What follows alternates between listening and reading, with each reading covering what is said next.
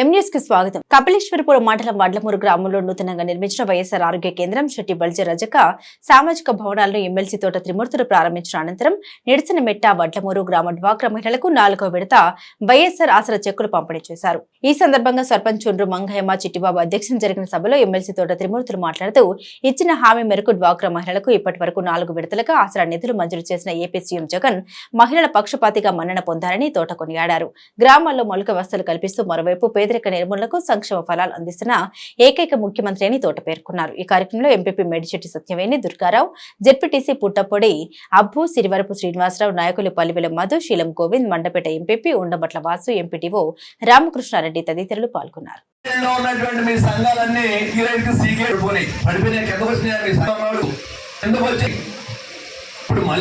జగన్మోహన్ రెడ్డి గారు 11వ తారీఖు 4/2015 ముఖ్య చేసిన ఆయనటువంటి హామీ అంటే 4 విడతల రోజుకి బ్యాంక్ లో ఉన్నటువంటి మీ అప్పులు ఉన్నాయి హామీ ఇచ్చినటువంటి జగన్మోహన్ 4 విడతలుగా కాదని చెప్పి మీకు రాష్ట్రం ఆ రోజుకు డబ్బులు సుమారు 27,000 రూపాయలు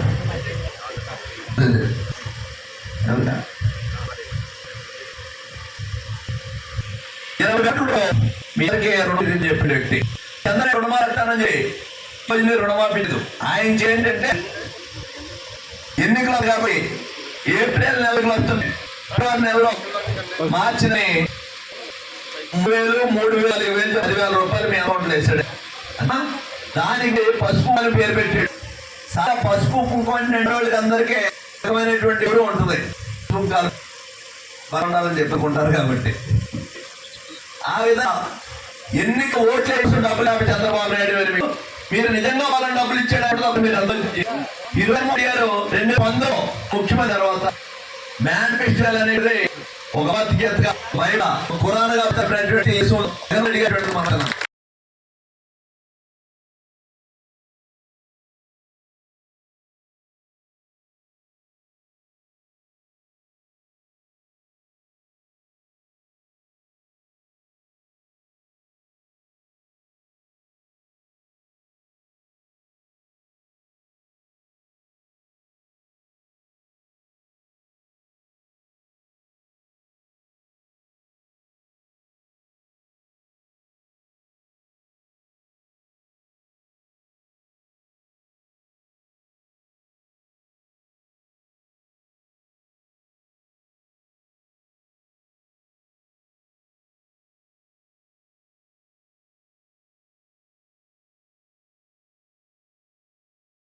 సంక్షేమ పథకాలు చెప్పాలంటే మా నిరసనపేట గ్రామానికి రమారమి 8 కోట్ల రూపాయలు వచ్చింది.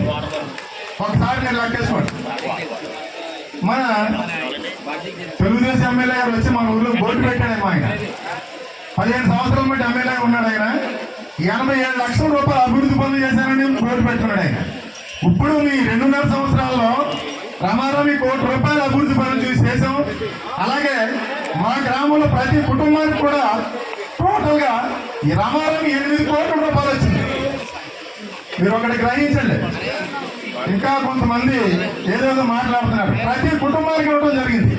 అదేవిధంగా వడ్లమూరులో కూడా 11 కోట్ల రూపాయలు ఇవ్వడం జరిగింది. అంటే రైతు భరోసా కానీ, అమ్మఒడి కానీ, చేయూత కానీ, మరి చేయూత 18,750 వేస్తున్నారు. కాపు నేస్తం 15,000 వేస్తున్నారు. అలాగే ఈబీసీ నేస్తం కింద 15,000 వేస్తున్నారు. కమ్మవారిలో కూడా ఉన్నవారు, అరువులు ఉన్న వాళ్ళందరూ కూడా కాములు కానీ, బ్రాహ్మలు కానీ, కమ్మవారు కానీ, కాపులు కానీ, అలాగే ఎస్సీసీ కానీ, ఎస్టీలు కానీ ఎవరైనా సరే ఆదుకునేటువంటి ముఖ్యమంత్రి ఎవరంటే జగన్మోహన్ రెడ్డి గారు.